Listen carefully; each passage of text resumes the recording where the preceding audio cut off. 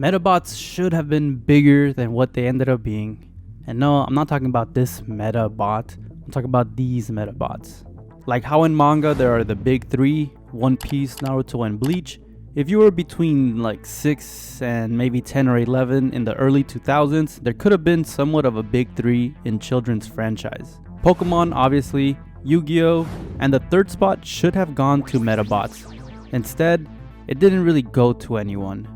Digimon can be argued, but in terms of longevity, only the two Goliaths have truly flourished over the years. So why am I saying Beyblade was the downfall of Medabots? Well, the failure of Medabots cannot be solely attributed to the success of Beyblade, although the two shows and their respective franchises did overlap in time and they shared some similarities, especially in targeting young audiences with battle-oriented themes. I try not to use too much bias when making these discussion type videos, but I really do feel like Medabots was the way cooler franchise here. I truly believe they could have been bigger than what they are.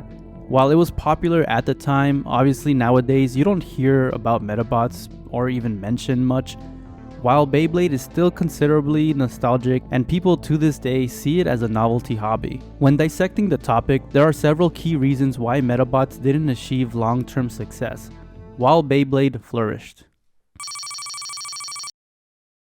Beyblade had more aggressive and successful marketing, supported by a highly popular line of customizable spinning top toys. The competitive nature of Beyblade toys, where kids could battle in real life, created a more accessible and engaging experience for children. On the other hand, while Medabots also had toys, they didn't reach the same level of global excitement. While the Medabots were objectively cooler in design and were like a Digimon or Pokemon partner but make them robots, in real life, when marketing the merchandise and toys, it was obvious that the toys are what made the bigger difference here. The Beyblade toy line was simple but highly engaging, as kids could easily replicate the show's battles using the tops and stadiums. Medabots focused more on intricate robot designs and involved more complex gameplay with the toys, which might have limited its appeal to a younger audience. You see, Pokemon had the immersive video games that made you feel like you were a Pokemon trainer.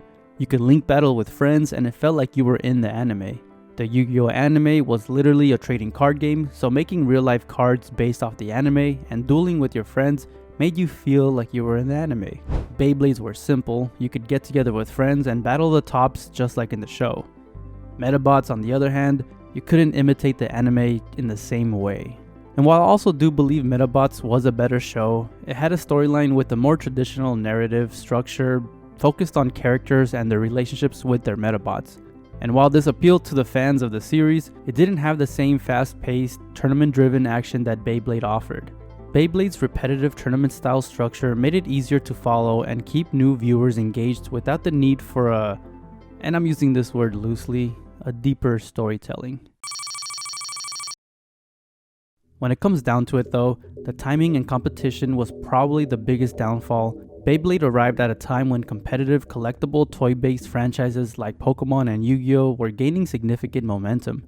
Medabots might have been overshadowed by the sheer volume of similar offerings at the time, including Beyblade, making it harder to stand out. Medabots did release about 2 years prior to Beyblade, but the fact that it was already hard to compete with Pokemon and Yu-Gi-Oh! And Digimon by this point was already kind of seen as the Pokemon clone, and in terms of this competition, Digimon was kind of under the umbrella of Pokemon. And now I don't agree with this because I love Digimon, but for the sake of this discussion, let's just leave a pin on that. You then had these other two franchises, Medabots and Beyblade, very similar to each other and fighting for a place as a top kids franchise. And at the end of the day, we see now that Beyblade has had the lasting impression over the row battle centered media. In summary, while Beyblade's success certainly played a role in diverting attention from Medabots, it wasn't really the sole reason for Medabots' failure.